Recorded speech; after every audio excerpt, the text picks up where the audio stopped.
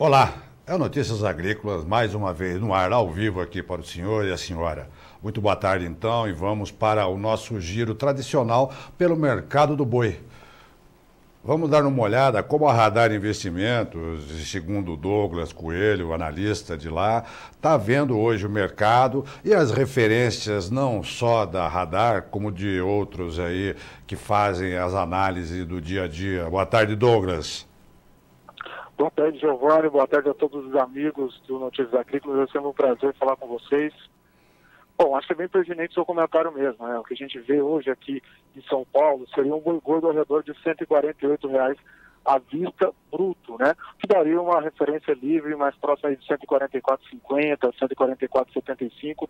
Mas é sempre bom a gente pontuar, né? Que a indústria, nesse momento, está tentando sim buscar matéria-prima para compor os estoques do atacado da próxima semana e da outra também, né? A gente tem período festivo agora, tem um final de saída de animais de corte, né? Tudo isso pode destravar, sim, alguns negócios em preços maiores, né? A gente vê, assim, que nos últimos dias a firmeza dessas tentativas de compra aqui em São Paulo.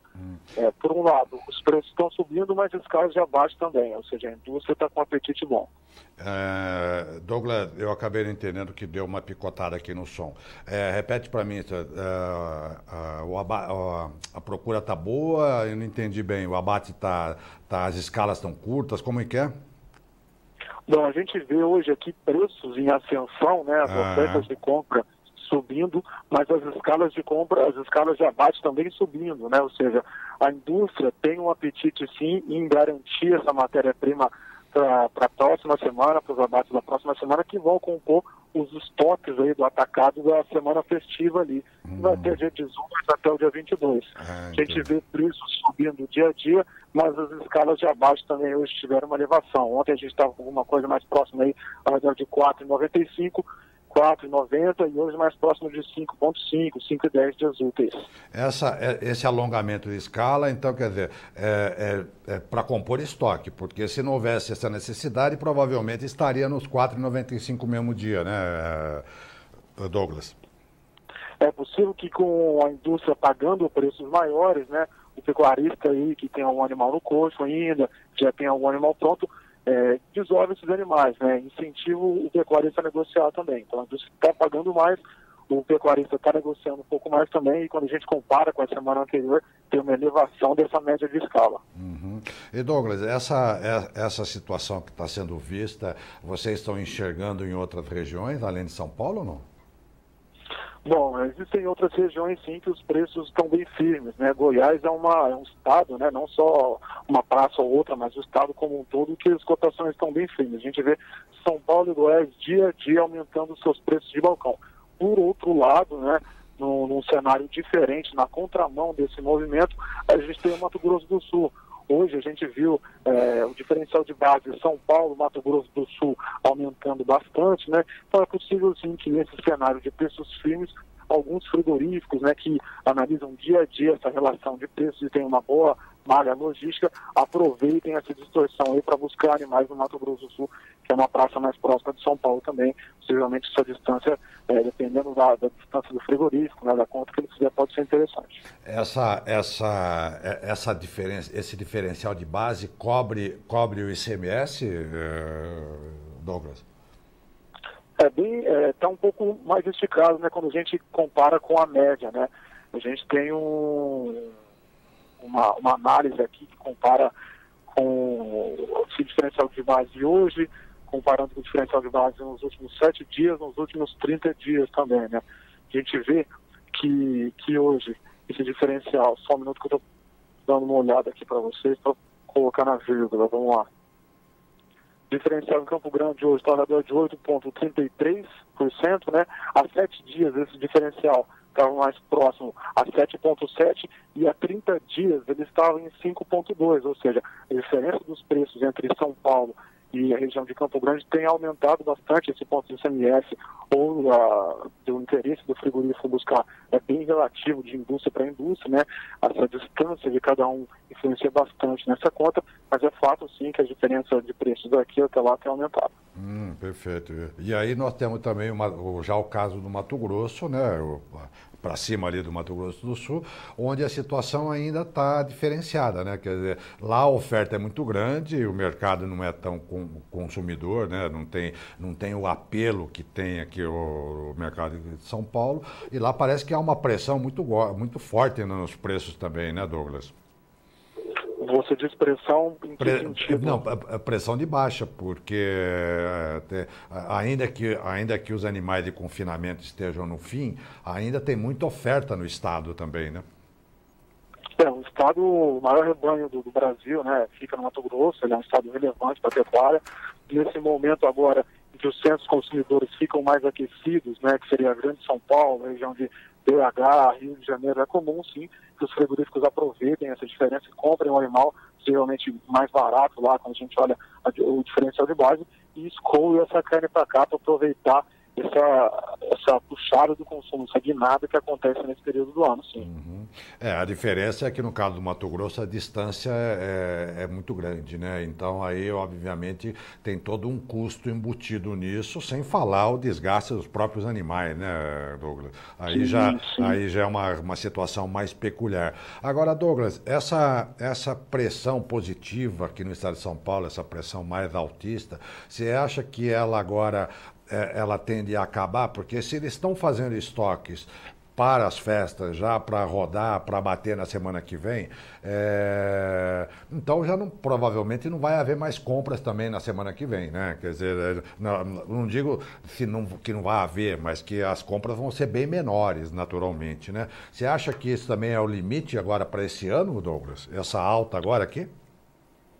Bom, dizer qual que é esse limite, né? Se vai ser agora, se vai ser na próxima semana, se vai ser na sexta-feira, é muito difícil dizer. Mas o que a gente analisa, o que a gente tenta interpretar, conversando com clientes, olhando até que o próprio mercado que outros consultores, né, dizem de mercado, né? O mercado é cíclico, né? Possivelmente sim, ele tem picos, né? Ele tem fundos também. Possivelmente a demanda da indústria está puxando bem, sim, essa compra de matéria-prima, mas vai existir algum período do mês em que os estoques do atacado vão começar a responder e a demanda também vai acalmar, né? Esse é o ponto. O mercado ele não só sobe ou não só desce numa tendência muito grande. Tem um limite, né? É possível sim que nessa semana, até meados da próxima semana, a indústria continue bem ávida por matéria-prima, né, se abastecendo bastante, né, a boca da indústria cresceu bastante nesses últimos meses, né, grandes frigoríficos, Marfrig, Minerva, a gente já comentou isso nos bate-papos anteriores, e deve continuar assim essa demanda. Mas a gente tem que ficar bem atento, né, a alguns sinais do mercado físico. Esse sinal do diferencial de base é um sinal importante também, né?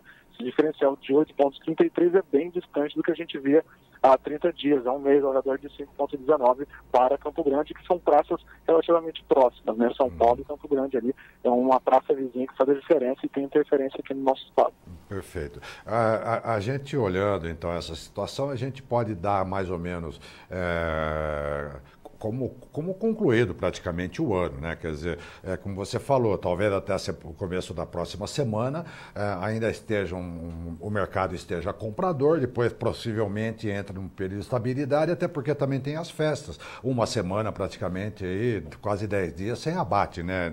Praticamente não vai ter não vai ter escala naquele período. E aí então se começa a planejar aí para começo de janeiro, Douglas?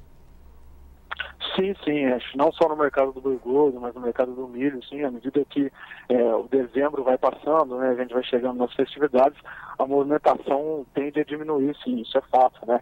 Por enquanto os negócios estão aquecidos, puxados por preços, né, bem fortes, mas quando a gente vai olhando aí ao redor do dia 20, 25, acho que a liquidez tende a diminuir.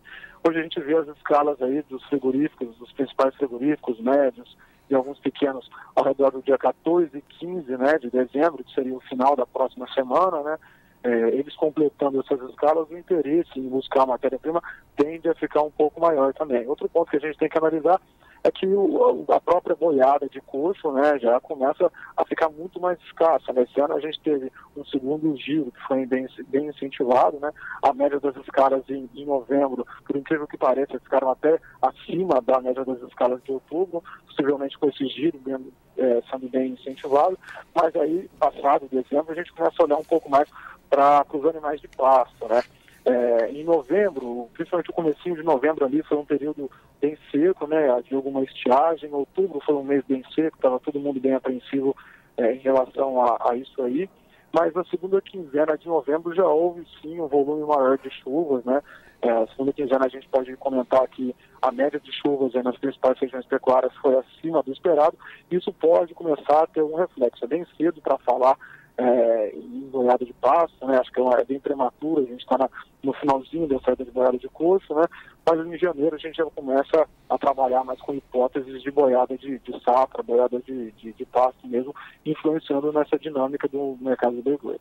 E aí você calcula que é possível haver a continuidade da pressão? Porque se a gente olhar que vai haver uma estabilidade nas compras aí nos últimos 10, 15 dias, talvez um pouco menos aí no final de dezembro, e depois aí lá pelo meio de janeiro possivelmente vai começar a chegar um pouco mais de animal de coxo em algumas regiões. Como que você analisa a situação aí do pecuarista? Ele vai ter, ou será que ele vai conseguir manter isso daí, ou ele vai ter que rodar esses animais aí, Douglas? Bom, para janeiro, né, a gente está relativamente até um pouco distante. 2018 vai ser um ano bem volátil, né? A gente já teve uma prova disso. Para o dólar, essas questões da Previdência agora também estão mexendo bastante com o mercado. Mas que a gente pode olhar para janeiro e pensar em janeiro, a gente está ainda assim no período de virada de ciclo, né? Ou seja, a tendência é que 2017, 2018 haja mais animais disponíveis no mercado. A gente teve uma alta relevante nos meses anteriores, mas essa alta ela é só uma recuperação do cenário adverso que a gente teve em 2017 em função de carne fraca, de delações. Isso pesou no mercado. Quando a gente coloca a variação de outubro de 2017 contra a variação de outubro de 2016, a arroba passou abaixo da variação da inflação, né? Isso é um sinal de alerta, ou seja, o que está acontecendo agora não é um movimento macro, mas sim uma recuperação de um cenário adverso, de um cenário externo. Mas para janeiro a gente pode pensar num consumo mais comedido em relação a dezembro, né? Quando a gente olha para os próprios dados de desemprego no Brasil, no último trimestre a gente bateu 12,2%, né? Quando no terceiro trimestre de 2016 a gente estava de 11,8%, em 2015 8,9%, ou seja, a população está ainda assim com uma renda disponível curta, né? A população não está querendo tomar alguma postura de demanda muito forte. A cautela ainda no nosso país é muito grande, mesmo porque a gente não tem nenhuma direcionamento muito forte. Existe sim uma expectativa do mercado em relação ao aumento do PIB, ano de eleição, é sempre um ano bem volátil, que tende a mexer em alguma coisa, mas é muito inicial a gente colocar uma expectativa muito otimista para janeiro de 2018. E sim, possivelmente, alguns animais de pasto começam a sair, sim, em meados do mês, final do mês, e dando mais uma característica de safra para esse período que é comum também. É que muitos com os quais a gente conversa aqui diariamente já estão olhando de janeiro em diante, porque para eles é como você falou, as condições para esse mês já estão dadas, né? Tem esse pico de que estamos vendo aí na arroba, mas depois ela não vai ter mais a mesma elasticidade, né? Então muitos já estão olhando janeiro e ver como os frigoríficos vão virar o ano, já pensando aí com quais níveis de escala, se vão segurar esperando chegar os animais de pasto a partir do dia 15 de janeiro. Quer dizer, isso daí, ainda que seja difícil prever, mas é algo que tem que estar no radar, né? Parafraseando o nome da Radar de Investimentos aí. Exatamente, né? Acho que pelo lado do irmão a gente pode esperar sim um mês mais fraco frente a dezembro e observar bem de perto, né? Se os animais de pasto vão começar a dar um pouco mais a cara, principalmente nas regiões pecuárias, né? Mato Grosso do Sul, são estados que a gente olha bem sempre de perto, eles também influenciam diretamente na dinâmica, né, do mercado físico, e prestar atenção em outros sinais também. Eu acredito que esse ano a gente teve muito fator externo, mas se 2018 se desenhar sem nenhum fator externo, a gente pode olhar mais um pouco com bons olhos, com alguma recuperação gradual que a gente teve nos últimos meses, né? Um ponto de atenção que a gente tem olhado também é a questão da Rússia, né? Em dezembro, eles não voltaram atrás, né, naquele ponto de embargo. É possível sim que eles retomem isso relativamente rápido, né, porque não existe uma fonte de proteína tão de qualidade, com preço atrativo aqui no Brasil, mas sim, eles precisam voltar atrás para a gente ficar um pouco mais otimista em relação a isso, né, embora as exportações tenham atingido sim, 100 mil toneladas, 116 mil toneladas, como a gente viu lá em novembro. De todo modo, a Rússia mesmo, se voltar, não vai voltar em janeiro, né, porque os portos estão impraticáveis nessa época do ano lá, né, Douglas? Sim, mas traria algum alívio, né? Tiraria um pouco esse impasse que a gente tem deles tentarem fazer esse movimento de mercado, né? O Brasil como um todo trabalha, né, para tentar melhorar a imagem do nosso produto lá fora. É um produto de qualidade e, sem dúvida, mesmo com a questão dos portos lá e toda a logística, esse embargo ele atrapalha um pouco a nossa relação, né? Com eles voltando, acho que traria cada vez mais credibilidade, a gente poderia ficar até um pouco mais otimista para as exportações, porque essa recuperação no segundo semestre foi relevante, né? Agora, com a Rússia sendo um importante comprador, se não me engano, segundo ou terceiro comprador, dependendo de como a gente avalia Chile e Hong Kong, né? Pode ser sim que a gente fique mais otimista para as exportações ainda. Douglas, eu tenho perguntado para vários companheiros que nos brinda aí com a presença aqui, fazendo as análises, inclusive até os mesmos pecuaristas.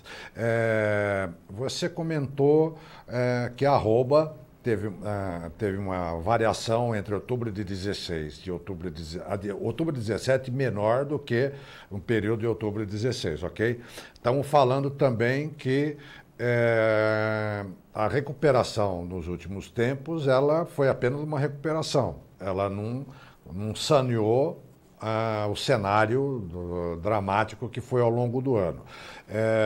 E estamos falando provavelmente de um períodozinho agora de baixa. Só que os pecuaristas, os que estão na engorda, eles estão tendo que ir às compras agora, né, para começar a pensar na reposição. Quer dizer, e essa reposição está sendo puxada também por essa melhora da arroba aí no abate, né? As margens ficam muito estreitas ainda para eles, né? Mais ainda agora, né, Douglas? Acho que a margem da pecuária como um todo, ela é bem estreita, né? A margem do frigorífico também é estreita, mas o frigorífico ele tem alguma maleabilidade, tem alguma flexibilidade quando ele trabalha com subprodutos, ou se ele exporta ou não, trabalha no mercado interno, mas em si a margem da pecuária é bem estreita, né? Inclusive quando a gente olha até em momentos de alta, depende muito de como ele faz essa reposição, como você bem colocou. Acho interessante nesse momento, né? A gente olha o mercado futuro aí bem animado, né? A gente tem hoje uma arroba, o indicador Exalc ontem, né, que precifica, ficou ao redor de 144. A gente tem uma arroba para dezembro de 148,25 no mercado futuro agora, janeiro de 149,65, maio, que é o final da desova de safra também, em 148,10, e outubro em 153,70, né? É possível sim que o pecuarista comece a olhar um pouco melhor, né? Acho que aproveite essa oportunidade que o mercado futuro, né, coloca para ele, né? Ele tem seus custos de produção, sabe como é que funciona essa parte da reposição para ele também, e é possível sim ele comprar alguns seguros de preço nesse momento, né? É uma maneira dele se proteger. O mercado futuro precifica hoje cotações acima do que a gente está vendo hoje no mercado físico de São Paulo. Acho que cada vez mais interessante, mesmo olhando para a reposição, olhando para o animal terminado, o pecuarista procurar o mercado futuro, procurar algum agente especializado nessa parte também para tomar alguma proteção e ficar mais calmo, né? Para trabalhar com uma reposição, com uma engorda do animal um pouco mais tranquila. 2017 foi uma grande lição, né? Acho que o ano começou um pouco otimista, né? A arroba começou relativamente bem e depois em março, maio, junho, né? Foi praticamente um pesadelo, né? Foi um filme de terror, né? Quem se protegeu nos primeiros meses do ano ou no final de 2016 conseguiu tirar esse ano, que foi um ano difícil para a população brasileira como um todo, de letra, né? Conseguiu focar na produção e colocar a cabeça no travesseiro de maneira tranquila, porque tinha um seguro de preço mínimo ou trabalhou de uma forma estruturada no mercado futuro. Acho que esse é o caminho, independente das variações do mercado de reposição agora, que está bem animado, também puxado pela alta dos preços, mas aproveitar também essa alta de preços que a gente vê hoje no mercado futuro. Ou seja, a palavra é hedgear, né? Fazer um hedge aí nesse mercado aí para aproveitar, inclusive para evitar a possibilidade de alguma crise, né? Porque de repente na pecuária vem alguma coisa que você não está esperando, né? A gente viu o caso aí da JBS no Mato Grosso do Sul, né? Quer dizer, quando menos se esperava, aconteceu o que aconteceu, eles saíram das compras. Então aí ficou dado o recado do Douglas Coelho, da Radar. Douglas, muito obrigado pela atenção, então, viu, Douglas? Tenha uma boa tarde para você. E nos falamos ainda até o final do ano, ok? Eu que agradeço, a gente está à disposição. Um forte abraço a todos. Um abraço, boa tarde. Então, como disse o Douglas aí, na faixa de 144, uma arroba indo bem, né? E que ainda com algum fôlego com a indústria compradora aí, alongando as suas escalas, mas já prevendo a formação de algum estoque para as festas, o que provavelmente tirará um pouco das compras os frigoríficos aí a partir do dia 15, talvez dia 20, e aí possivelmente haverá uma estabilidade nesse período de transição para a virada do ano, né? E agora vamos dar uma olhada no indicador CPEA. O Douglas falou agora há pouco, mas a gente repete. Boi gordo ontem, média de São Paulo, dia 6/12, R$ 144, alta substancial de 1,52%, né? E agora o boi gordo na BMF, que o Douglas também disse, nós vamos aqui repetir. O dezembro, R$ 148,10, alta de 0,07%. O janeiro, R$ 149,20, a 0,13% de alta, indo bem também. O fevereiro caiu um pouquinho, menos 0,20%, mas manteve o 148. E maio voltou a 148, mas com alta de 0,14%. E com isso, Notícias Agrícolas termina aqui esse boletim do boi, mas fiquem com a gente porque sempre estamos aqui ao vivo para o senhor e a senhora continuarem sendo os porta-vozes de si mesmo. Boa tarde.